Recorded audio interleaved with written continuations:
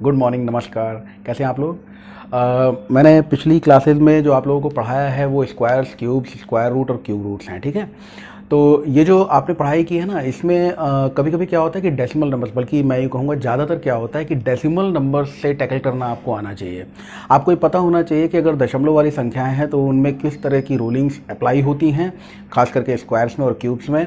Square root में और cube roots में किस तरह के परिवर्तन होते हैं आइए डिस्कस करते हैं। बहुत ही छोटी सी बातचीत है, लेकिन ध्यान रखिएगा, कॉम्पिटिटिव एग्जाम्स के लिए नितांत आवश्यक है कि इस जानकारी को आप तक पहुँचाया जाए। देखिए, सबसे पहले हम लोग बात करेंगे स्क्वायर्स की और हम लोग बात करते हैं क्यूब्स की, ठीक है। स्क्वायर्स और क्यूब्स, जैसा कि मैंने आपको बताया था कि अगर किसी एक संख्या को उसी संख्या से गुणा कर दिया जाए तो उस संख्या का स्क्वायर हमें मिलता है।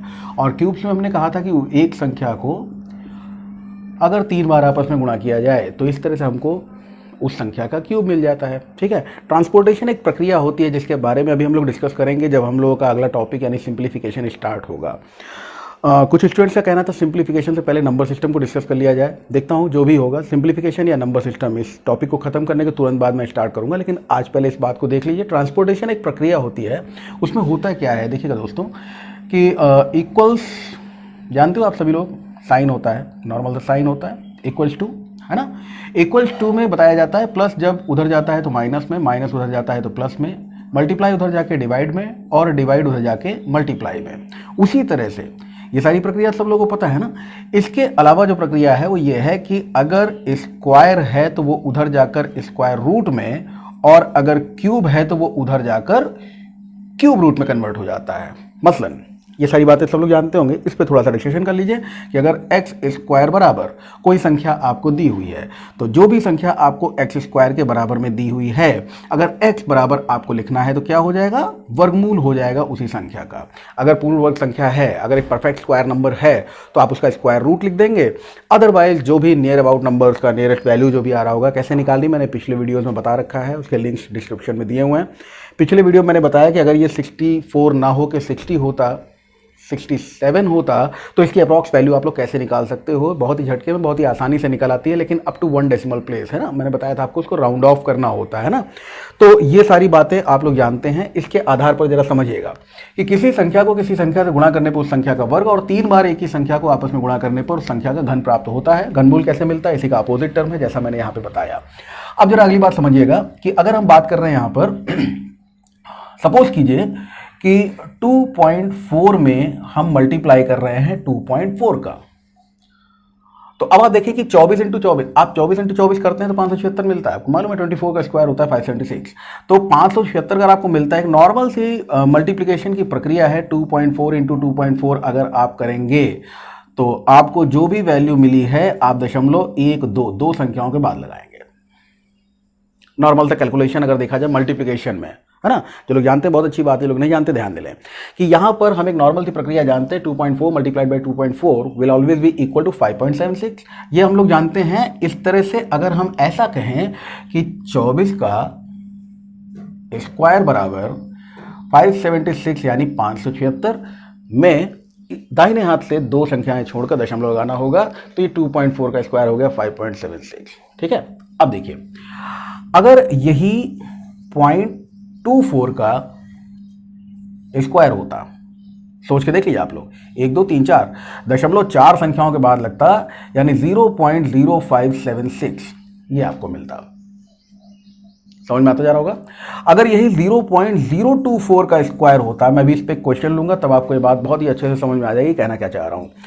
अगर ये 0.024 का स्क्वायर होता तो इस स्क्वायर के बाद में आपको जो वैल्यू मिलती वो होती 0.00 फिर 0.576, ठीक है। ये ऑब्जर्वेशन में है ना, ये क्लियर है ना। तो देखिए यहाँ पर क्या है कि ये पूरी बात जो आप लोग देख पा रहे हो विजिबल होगी आपको कि यहाँ पर डेसिमल प्लेसेस, जैसे 4 है, एक संख्या के बाद दशमलव लगा हुआ है तो वर्ग में 2 संख्याओं के बाद लगा है तो वर्ग में 4, और 3 संख्याओं के बाद लगा है तो वर्ग में 6, एंड सो ऑन। यानी डेसिमल प्लेस अगर आप देखेंगे कि दशमलव के बाद जितनी संख्याएं हैं वर्ग करने पर उससे दुगनी संख्याएं आपको प्राप्त होती हैं, ठीक है। उसकी दुगनी संख्याओं के बाद आपको दशमलव लगाना होता है। जैसे यहां पर क्या है, 3 संख्याओं के बाद दशमलव लगा हुआ है। तो अब वर्ग अगर निकलेगा तो जो भी संख्या यहाँ पे जो सॉलिड नंबर है भाई, जीरो से तो कोई वैल्यू नहीं है, 24 है ना, 24 का स्क्वायर हुआ 576। अब आपने ये देखा कि 0 2 4 यानी 3 संख्याओं के बाद दशमलव लगा हुआ है, तो 3 का दुगना कितना होगा 6 संख्याओं के बाद आपको वो दशमलव लगा देना है। बहुत क्वेश्चंस पिछले एग्जाम्स में पूछे जा चुके हैं, और चाहे कोई भी एग्जाम हो, रेलवे हो, बैंकिंग एग्जाम्स हो, इसके अलावा STET हो, तो बहुत सारे एग्जाम्स में हैं जिनमें इन क्वेश्चंस को SSC, रेलवे सब में पूछा जाता है। इसी तरह से क्यूब्स पर भावनाओं को आप समझ गए होंगे, लेकिन डिस्कशन करना हमारा काम है, तो थोड़ा सा इसको डिस्कशन कर लेते हैं। जैसे अगर मान लीजिए आपको किसी भी संख्या का, हम कहा साहब 13 का क्यूब होता है 2197, 2197 होता भी है, ठीक। अगर मान लीजिए ये 1.3 का क्यूब होता, 13 का ना होता, 1.3 का क्यूब होता, तो डेसिमल कहाँ लगता है, इस बात को मल्टीप्लिकेशन की एक जनरल प्रक्रिया में, एक जनरल प्रोसीजर में समझिएगा कि यहाँ पर अगर हम लोग कहें, इसको हटा देता हूँ भाई, यहाँ पर अगर हम लोग कहें कि जो वैल्यू आप देख रहे हो 1.3 का क्यूब निकालने के लिए 2197, इसमें क्या होगा 1.3 इंटू 1.3 हम लोग करेंगे, 13 करोगे तो 169 मिलेगा, दशमलव कहाँ लगेगा 1 2 2 संख्याओं के बाद, और फिर अगर इसमें हम 1.3 का मल्टीप्लिकेशन करेंगे तो हमको 2197 मिलेगा, दशमलव कहाँ लगेगा 1 2 3 संख्याओं के बाद। तो वही चीज़ समझ लीजिएगा यहाँ पर कि 1.3 का क्यूब होता तो आपको आंसर मिलता 2.197, यानी एक संख्या के बाद दशमलव, अगर घन है क्यूब है तो क्यूब में जो वैल्यू मिलेगी उसमें आपको दशमलव कहाँ लगाना होगा भाई, 3 संख्याओं के बाद, एक का 3 गुना, जितना दशमलव है उसका 3 गुना, जितना दशमलव के बाद जितनी संख्या है उसका दुगना, दशमलव के बाद जितनी संख्या है उसका दुगना, दशमलव के बाद जितनी संख्या है उसका दुगना, स्क्वायर्स में यानी वर्ग में, और दशमलव के बाद जितनी संख्याएं हैं उसका 3 गुना, दशमलव के बाद जितनी संख्याएं हों उसका 3 गुना कीजिएगा। तो यहां पर अगर 0.13 का क्यूब आपको निकालना हो तो 0.13 के क्यूब में आप देख रहे हो यहां पे कितनी संख्या है, 2 संख्या है, तो आपको जो वैल्यू मिलेगी वो क्या मिलेगी 0.002197।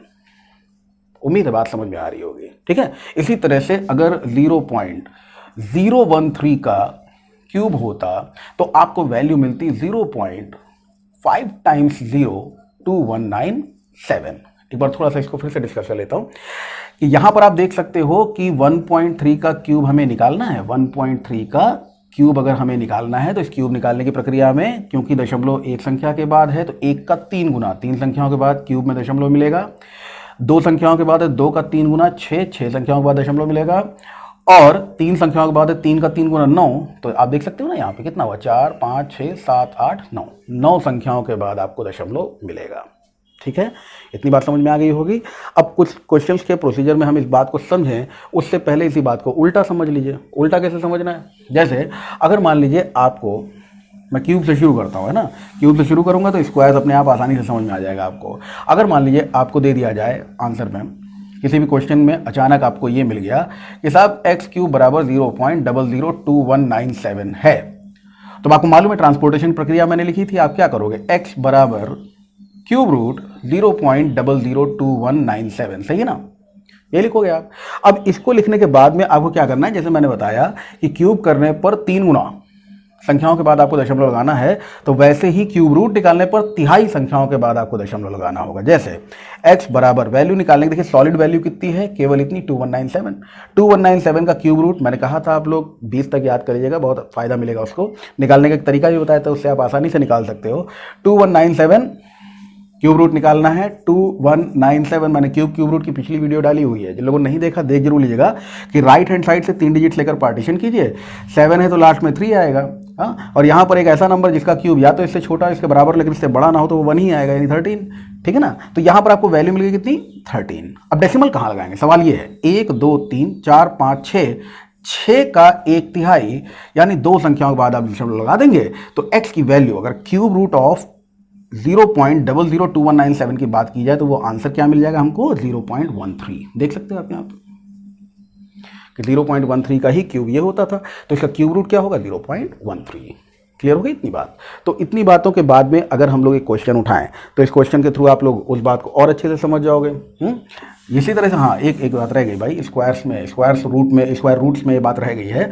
जैसे आप ये देखें कि आपको वैल्यू मिली 0.00576 x square is equal to, अब आपको क्या करना होगा, x is equal to square root of 0.0000576 करना होगा ना। अब इसके बाद आप देखो कि आपको जो वैल्यू मालूम है वो क्या है, 576 इसका स्क्वायर होता है तो 24 का।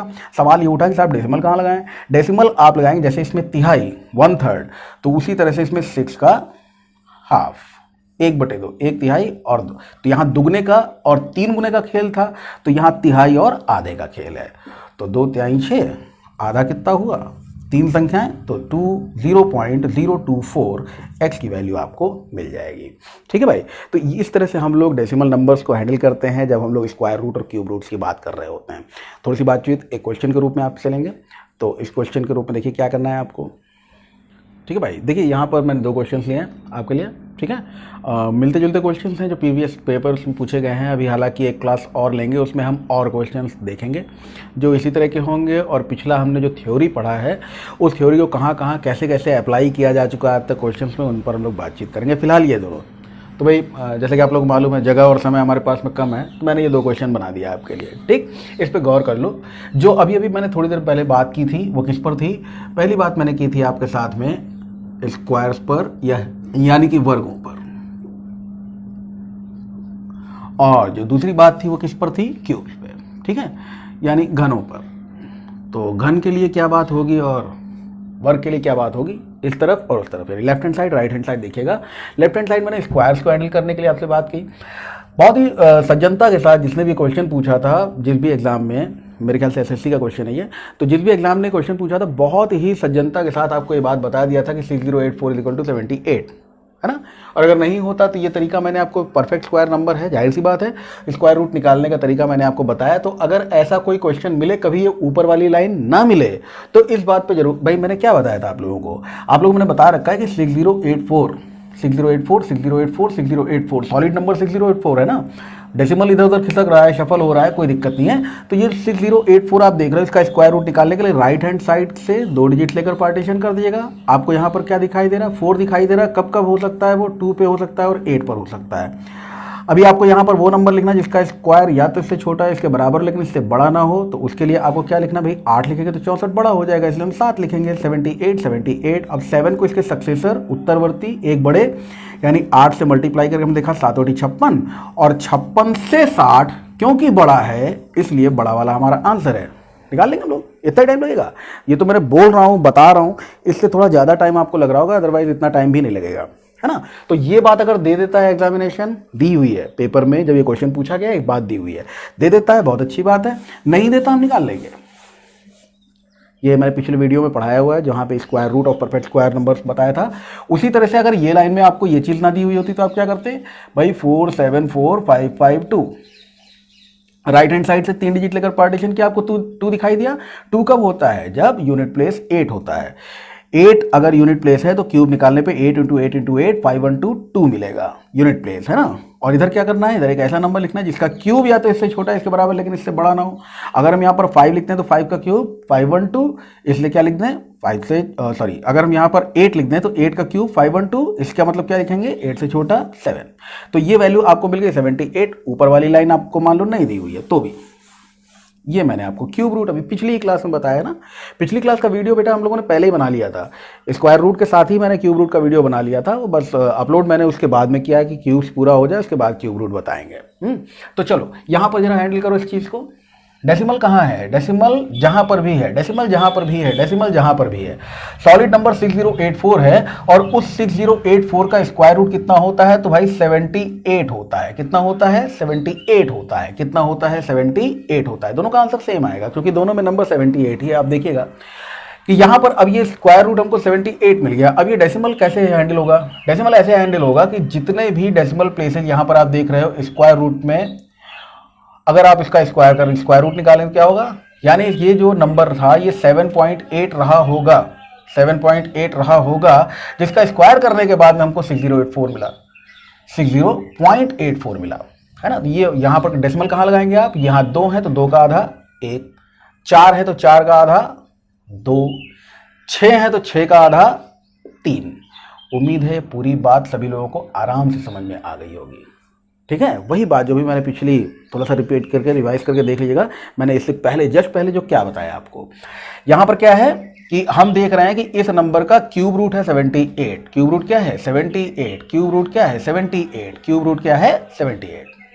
ठीक है, अब डेसिमल को कैसे आप हैंडल करते हो, 3 संख्याओं के बाद लगा है तो क्यूब रूट में 3 का 1/3 एक संख्या के बाद, 6 संख्याओं के बाद लगा है 6 का 1/3 1/3 यानी 2 संख्याओं के बाद, और 9 संख्याओं के बाद लगा है तो 9 का 1/3 1/3 यानी कि 3 संख्याओं के बाद। उम्मीद है ये बात फिर से आपको समझ में आ गई होगी। ठीक है, अब जब इसको जोड़ते हैं, मैंने बताया अभी भाई हम लोग जोड़ घटाओ गुणा भाग वाली क्लास, जिन बच्चों की मैथमेटिक्स अच्छी है उनके लिए तो बहुत ही आसान है भाई, लेकिन जिनकी थोड़ी सी मुश्किल हो, ध्यान रखें कि डेसिमल को डेसिमल की सीध में रखकर हम लोग जोड़ना शुरू करते हैं हमेशा, है ना। ऐसा नहीं कि 8 8 8 कर दिया आफत हो जाएगी। तो यहाँ पर क्या करना है, ये हो गया 8 8 7 15, 8 7 15 और 1 16, और यहाँ पर क्या मिल गया। ठीक है, इस तरह से आप देखोगे तो आपको जो वैल्यू मिली है वो कितनी मिली है 8.658 इधर भी और 8.658 इधर भी। ठीक है भाई, तो इस पर बेस्ड कुछ और क्वेश्चन हम लोग अगले वीडियो में ले लेते हैं। आज के लिए इतना ही रखते हैं। Thank you.